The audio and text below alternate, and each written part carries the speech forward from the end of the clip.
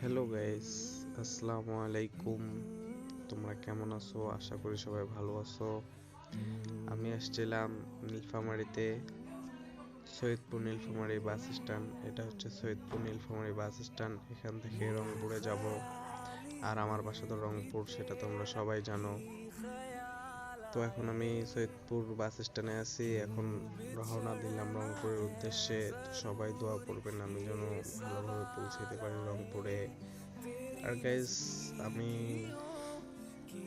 নতুন, আমাকে সবাই ফলো করবেন, লাইক কমেন্ট শেয়ার করবেন, নিত্য নিত্য ভিডিও পেতে আমার পাশেই থাকবেন।